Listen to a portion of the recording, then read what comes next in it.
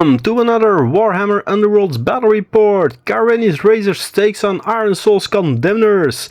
With the night shifts calming down, I can now and then sneak in a game of Underworlds again at the casual weekly meetups. And as such I did last week. Even though I will only be able to play a single game before leaving to work, it did give me time to try the Razors and their Racking Tides deck I built, using Countdown to Cataclysm together with Rack and Ruin. Facing me was Wim, who I actually never played before, and his Ironsoul's Condemnors, which use a deck built from Blazing Assault and Embers to guard Sentinels. I got to pick the board side, preventing the blocked Hex side on, for my Hammer Tide lines, though it didn't matter too much as it was probably moving away from the line on the get-go. And though even he got the first turn, he actually didn't, so a stagger and a damage was Ironsoul's fate. Coming forward, he targeted Zephanier from the get-go, the squid being pummeled down fast, as I had opted to inspire Cyreni first for this turn. He managed to score some quick cards, and the Condemnors took a 3-5 lead after round 1. However, this didn't stress me too much, as I knew what I had in hand, and I would be scoring well normally in the second round.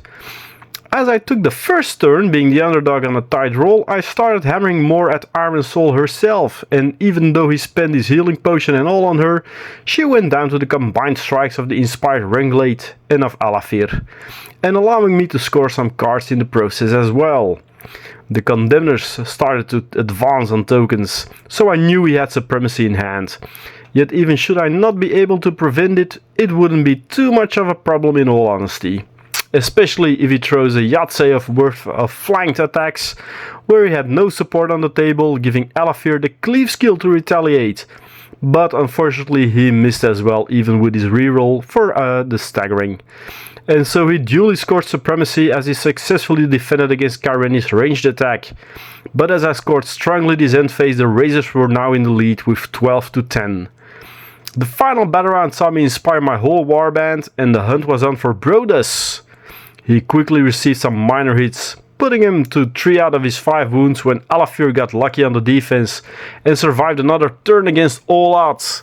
Thanks to a nice defensive upgrade combo. He was dealt only a single damage thanks to having more crits in his defense, reducing the damage to only 1. But as he had Unstoppable and was vulnerable, this was reduced to 0. Tavian, however, had to step in now as well, and the might of the 2 Stormcasts proved too much for the poor troll, and she went down under a fury of hammer blows. Tavian had positioned himself to save Brodus from a ping followed by a Hammer Tide, so instead Renglade attacked with his 4 dice on swords with a reroll, managing to totally miss, because he rolled 4 hammers and the reroll of the dice was an additional hammer, allowing the Stormcast to survive. But it mattered not, as I had scored more than him in the end phase as well, netting a 16-13 victory to the Razors.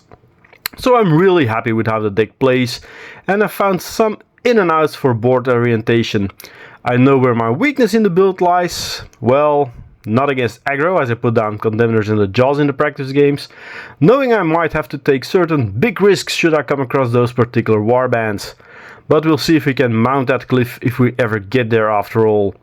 Now to take the Razors to the Mines of Alost II in a week time and see how we actually do in a tournament.